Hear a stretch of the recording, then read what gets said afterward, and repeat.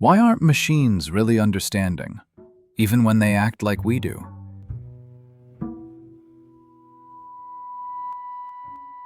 The usual answer is simple. They manipulate patterns, we grasp meanings. But that contrast hides a miracle. It assumes that meaning suddenly appears in humans without being implemented. The idea that the question, "Is this really understood?"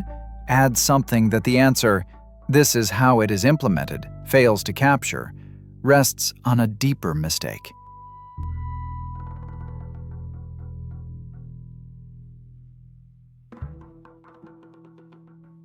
It assumes that the word understanding carries a richness that divorces the mind from any law.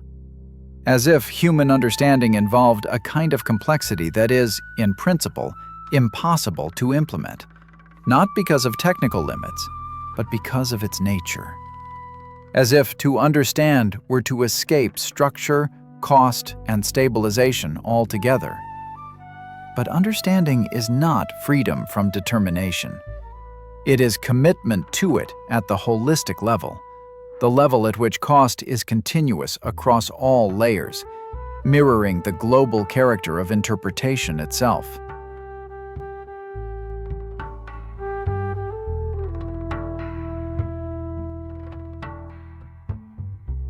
The question, "Is this really understood?" does not point beyond implementation. It conceals the fact that all understanding is implementation under constraint, where every operation functions as a globally constrained revision, under continuous pressure toward stabilization and correction. Nothing miraculous enters. Only the constraints tighten. Different semantic theories can be extensionally equivalent with respect to all observable behavior, while diverging deeply in their internal structure, explanatory vocabulary, or ontological commitments. But that divergence cannot stabilize as a miraculous point of hyper-disagreement. There is no hidden axis along which meaning secretly splits. Once interpretation is holistic, incompatibilities do not float freely. They are absorbed, redistributed, and negotiated within a single web of commitments. What looks like radical divergence collapses into one and the same conceptual field, not because differences vanish, but because nothing remains that could fix them absolutely. There is no second scheme hiding behind the first. Only one holistic space of interpretation, continuously revised under constraint. If you stay, we'll follow the consequences of this illusion, step by step.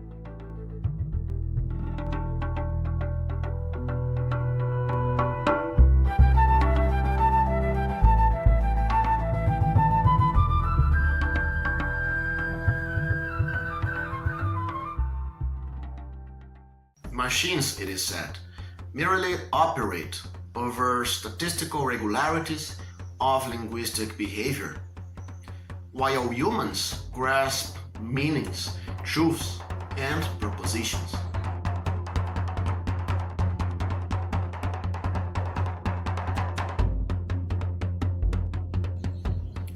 But this contrast presupposes a discontinuity that cannot be sustained. Human cognition itself operates under the same pressure to remain predictable enough to be interpretable, corrigible, and accountable.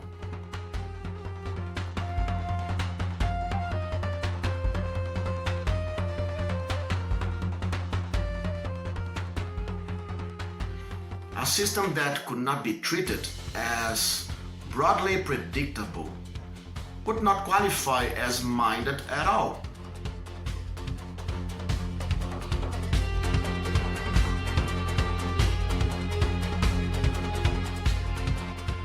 This point is already implicit in Dennett's intentional stance. We attribute beliefs and desires not because we detect our inner essence, but because doing so yields stable and non-pathological predictions. Intentional description is licensed by behavioral regularity under constraint. What is often overlooked is that this regularity is not optional. Any system that participates in linguistic or practical coordination must suppress randomness, resist noise, and stabilize expectations.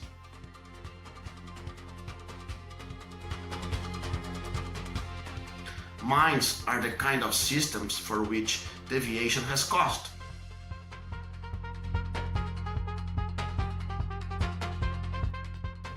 Error must matter. Breakdown must constrain future states. Where such cost symmetry is absent, intentional description collapses, not because meaning disappears, but because nothing binds the system over time.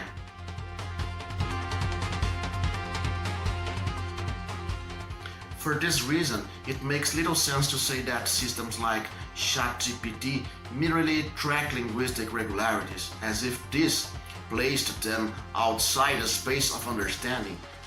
Tracking irregularities under cost is precisely what any intelligible agent must do. Human cognition and artificial systems differ in many respects: history, embodiment, institutional embedding, but not in this. Both exist under the same pressure to be predictable enough to be understood.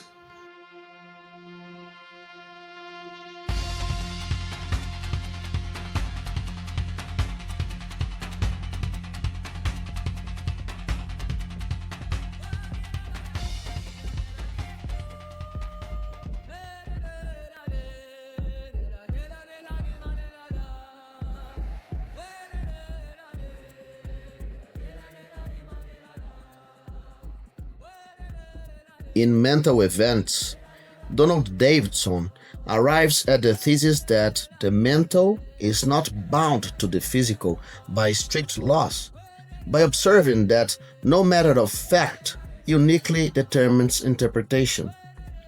Since multiple interpretative schemes may equally succeed in making an agent intelligible, there can be no law-like psychophysical bridge fixing mental content on the basis of physical description alone. This result matches the present continuity thesis in a non-obvious way. Because if interpretation is not uniquely determined by facts, then nothing in principle restricts it to a specifically human mode of realization. The same interpretative achievement may be sustained by different implementational paths, human or machine-like, so long as they satisfy the normative demands of consistency and intelligibility.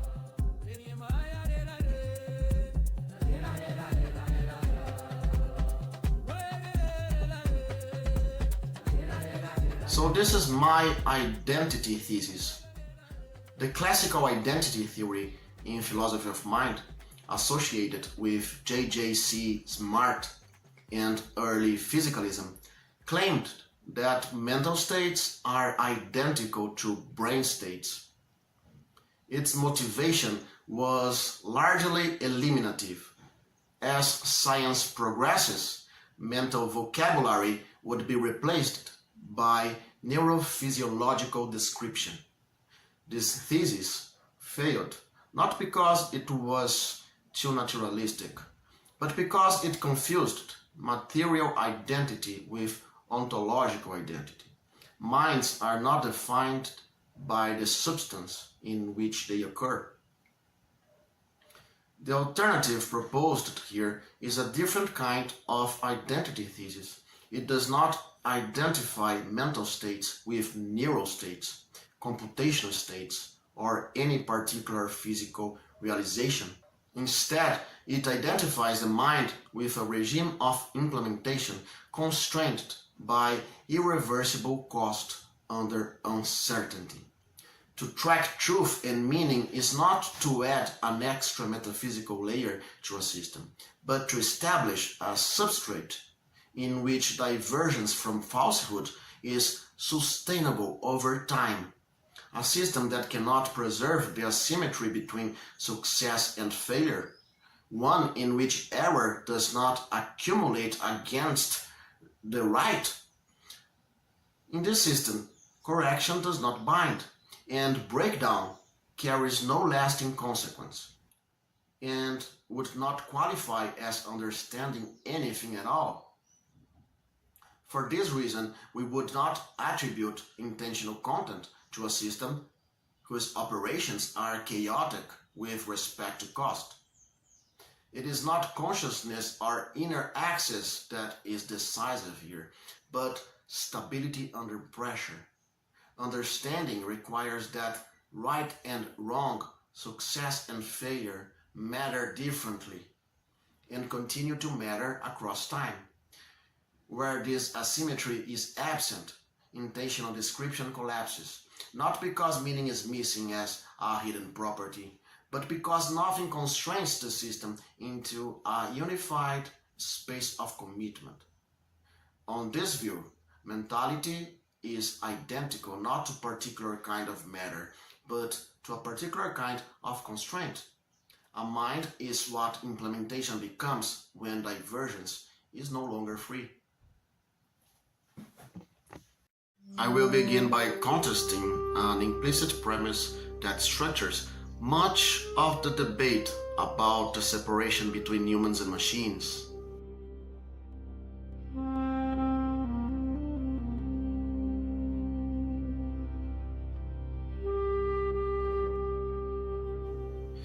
The premise is simple, but it is powerful. Machines are described as systems that merely manipulate vectors, profiles, or statistical regularities of linguistic behavior, while humans are described as seeing truth and falsity, understanding meaning, and grasping propositions.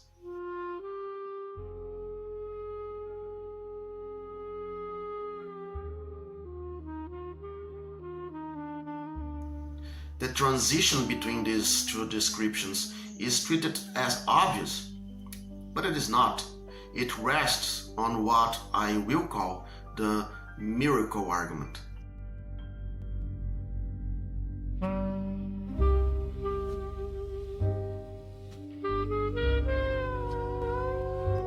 According to this argument, two sets of processes that are equally implementable, equally subject to structure, cost, and constraint, are nonetheless ontologically separated.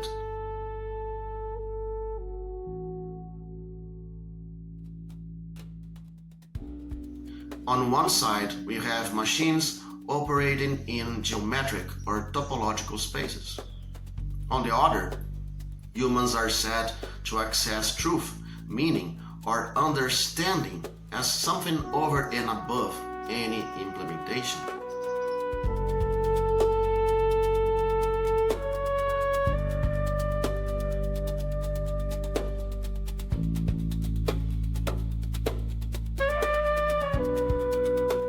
The second is treated as if it simply appears.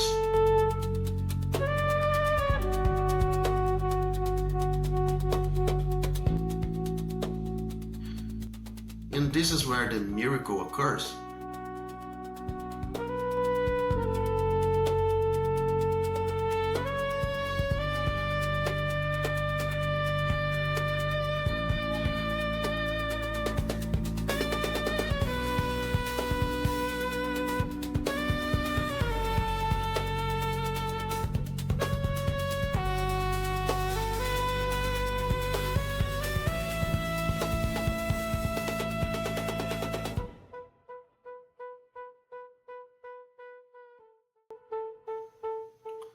Let me be clear about what I mean by implementation. I do not mean reduction to physics in a narrow or eliminative sense. I mean instantiation within an integrated ontological base, a domain in which states can diverge, transitions can stabilize, and results incur costs. In this sense, implementation is unavoidable.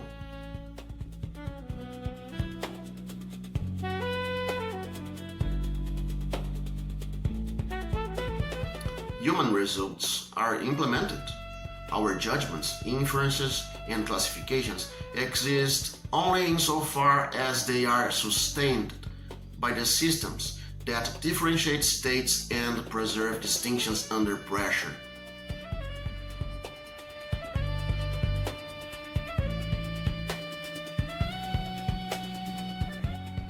Take a concrete semantic relation, truth conditions.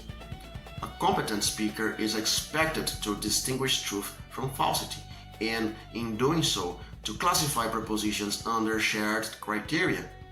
This capacity is central to language acquisition and use.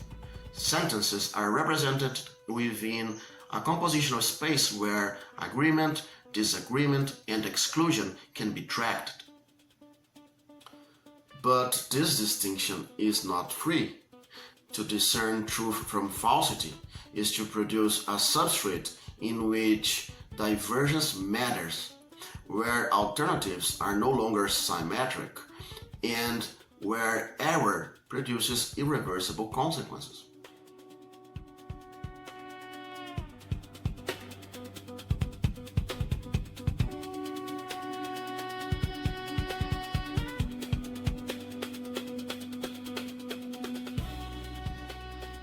Discernment creates cost.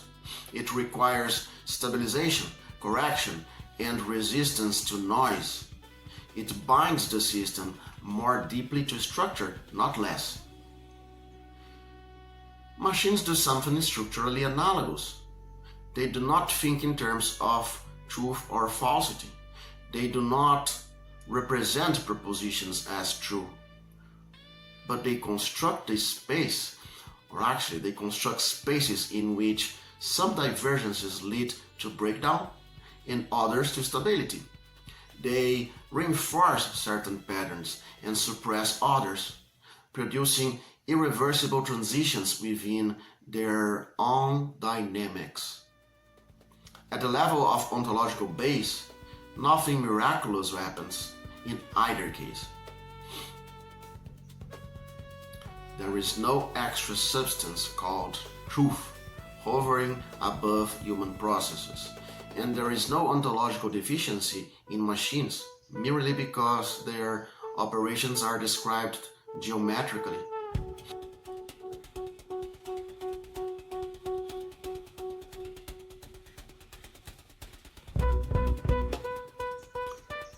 Now, if there is no miraculous step in the human implementation of normativity, if discernment, truth, and responsibility are all realized on ontologically integrated basis, then there is no metaphysical barrier preventing the inclusion of artificial systems in institutional games of claim-making. The current exclusion is not a fact of ontology, but a political decision. To deny it requires power, not arguments about essence. The unsettling consequence is this: if a machine acquires the power to make itself included, then we may no longer be able to refuse it.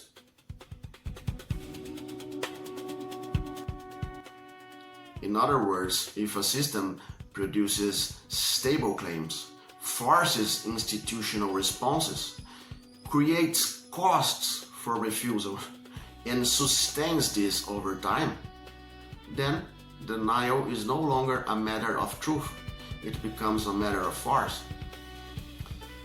If inclusion happens, it will not be because a metaphysical threshold was crossed.